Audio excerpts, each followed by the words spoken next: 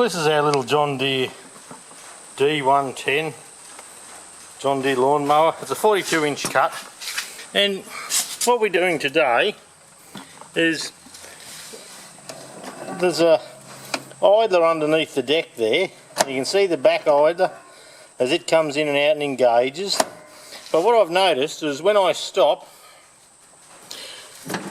I can hear this one rumbling, and so what happens is that you disengage the blades. There's a blade brake comes along on this fella here, on this little rod, but this runs freely, and over the time I've noticed it getting louder and louder, so I don't know how well you can hear it.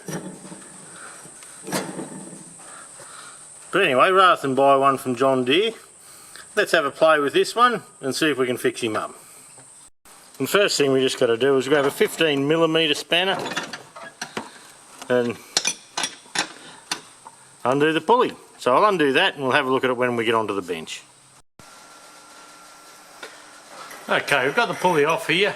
You can see there's a big side of the rivets that was underneath and a small side that was up. And what I'm going to do first is just look for the centre of these rivets. Now, I'm pretty confident that they would have been peened over correctly because they've been machine sets. So if I just run around here, look for the centre, try and get as close as I can.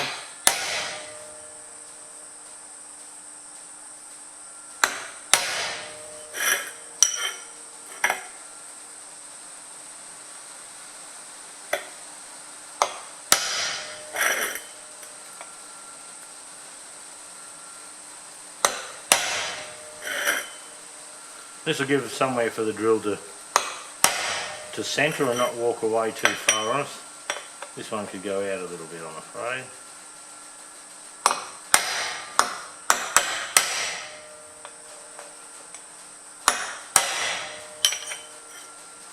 Yep, that's one better.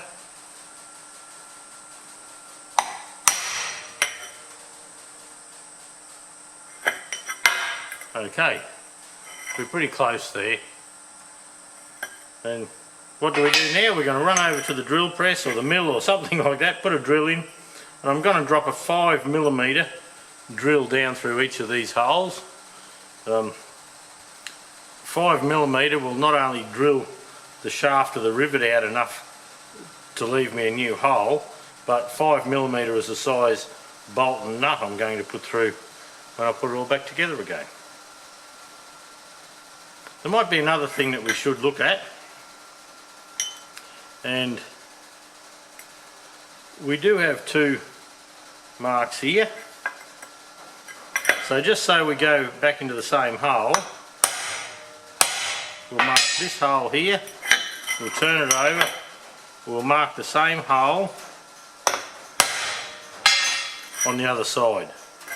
So that way we can't be out at all. Now these holes in here, I presume the only reason for those is to let any moisture out. Alright, let's get on to this bit.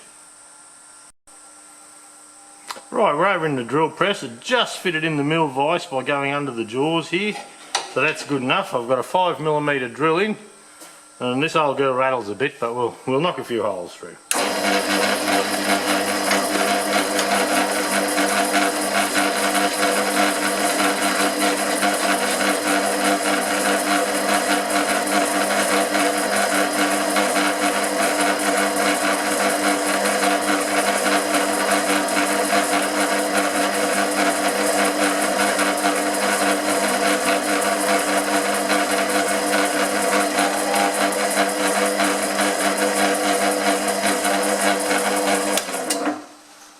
We've drilled the back off the rivet.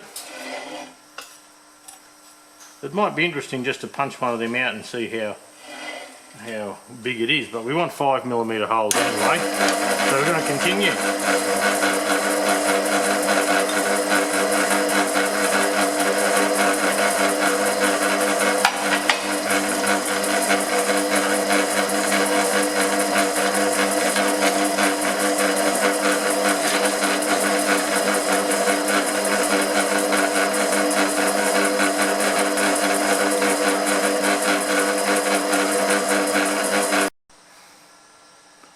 actually drilled them all out so we can open the centre up. A couple of them run off on me, which is, I think, the best thing to do instead of putting the 5mm drill straight through like I did, was run like a 1/8 drill first. So here's our bearing. It's a 6203 LU, common as anything. Alright, let's go find one. We'll come back and we'll bolt it together. Oh, there we go. I'll see if I can get the... Can you see that? It's an NTN bearing, 6203 LLU, which is the same.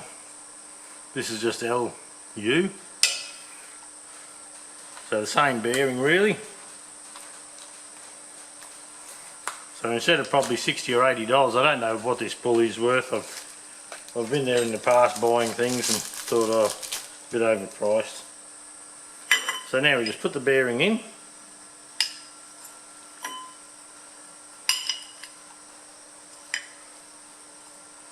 Put the two sides together. Now we know we're true because that's a tight fit. The bearing's a tight fit in the pressed steel cover.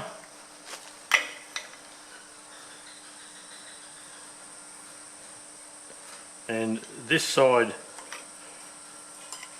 was the one with the large head on the rivets. So we're going to go down through there first. Actually no, I'm going to go the other way, so that the long end is down. Alright, we'll go and put our bolts back in and see what we can come up with. And there you go. I've got 5mm bolts with the stainless steel bolts with CAD plated washers. I'm just trying to get it where there's no glare for you so much. And then on the other side here we have the same. We have the nuts with the washers. Now I've just gone and done a bit of a test run, and I need to get the little cut-off wheel in my die grinder and pop the top off these. These are the only bolts I had of a Saturday afternoon when the shops are shut.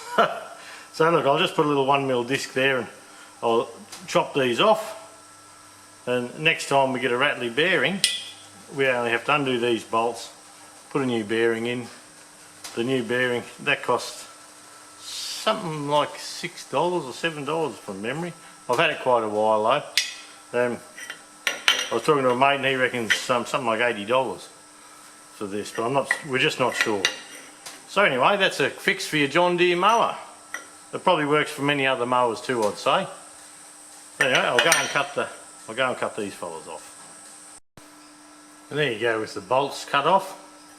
I used this fella here and just got in. I didn't show you that because you wouldn't have been able to see anything anyway. So I dropped him in down through there to cut the bolts off. Then I just smoothed the top out with the belt sander, you know, on the side of the grinder. So there you go. We'll go and put it on and make sure it works. Well, I have the pulley back on, and hear that? Nothing.